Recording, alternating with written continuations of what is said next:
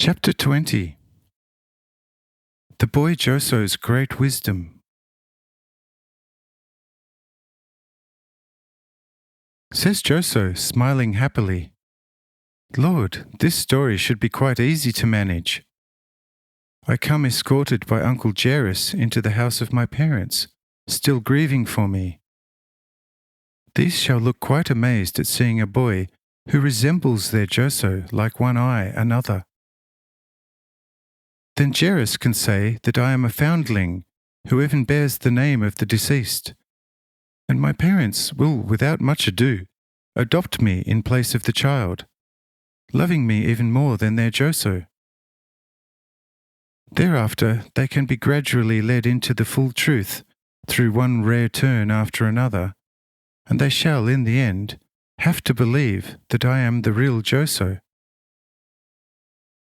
At a time that you could determine, they can then be led into the fullest truth. Is it right thus, O Lord?" Say I to Joso, "Every lie is an evil and produces again evil." Says the boy, "Lord, when you smile, then that is sure to be a good sign. And I am therewith already justified before you, as was Jacob before his blind father Isaac, once with his hands wrapped in the lamb's fur. Behold, Lord, this was surely more of a lie than my being introduced to my parents as a foundling. And yet Jacob's blessing as the firstborn was accepted as righteous before God. If God was able to regard an obvious deception that was in fact a lie with eyes of grace and blessing, then the present foundling Joso shall not be an abomination before him, since he is besides a most authentic foundling, second to none upon all of God's wide earth. I am of the opinion, you my God and Lord, that nothing would be quite as lost for this earth as one who had died, and therefore there should also be nothing quite as found in the truest sense as one, Lord, you understand whom I mean." Say I, "Well done. I knew you would find the right reason, but I would like to hear from you, nevertheless, how you shall, in the end, through all sorts of rare turns, introduce yourself to your parents as the real son Joso." Says Joso, "O Lord, that surely is an easy thing. Once inside the house, I shall behave as I always did, which should be easy for me. I shall gradually ask about this and that as I did formerly, also looking for my playthings, using them in the familiar manner, which shall obviously strike my parents. Finally they say, 'This is our Joso, perhaps awoken in his grave by Boris and his secret methods, and then fully healed by now.' And I grant them that view provisionally. When the time comes, they shall indeed find out the truth, and I think the matter will come off quite well." Say I, "But here another lie emerges. Behold, to keep someone deliberately mistaken is as much as lying to someone. How shall you wash yourself clean on that score?"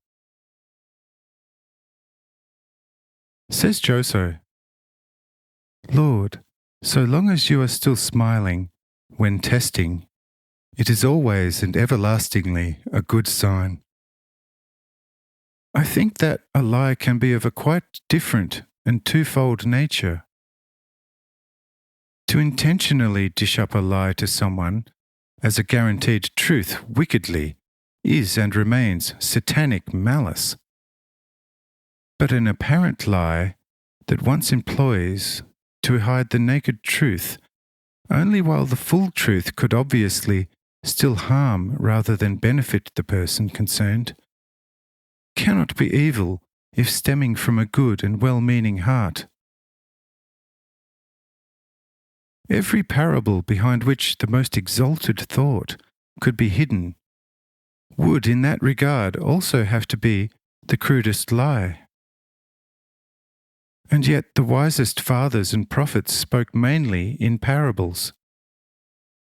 And the fact that the well-known and famous physician Boris, as such, characteristically here functions in your stead basically is no different from Abraham's time, when the three angels came to the patriarch in Jehovah's place, and no different to Joseph in Egypt's lie, when his brethren came to him in pursuit of grain. But God himself willed it so, and is certain not to have reckoned such behaviour on Joseph's part as sin. And I think, therefore, that such apparent lie is a heavenly cleverness, whereas a true lie belongs to the domain of the worst hellish mischievousness. Say I. In that case, come here, my most beloved Joso, and let yourself be kissed. For as a tender boy, you are wiser still than an old scribe already. With these words, Joso at once rushes around the table, embracing and kissing me fervently, saying afterwards with fullest abandon, yet wisest cheerfulness, "Take a look here, all you celestial spirits, powers and forces, and veil your faces, because what occurred here you have not experienced yet. The eternal Holy Father, here fully present before us in the Son Jesus, allows himself to be carnally caressed by one of his creatures.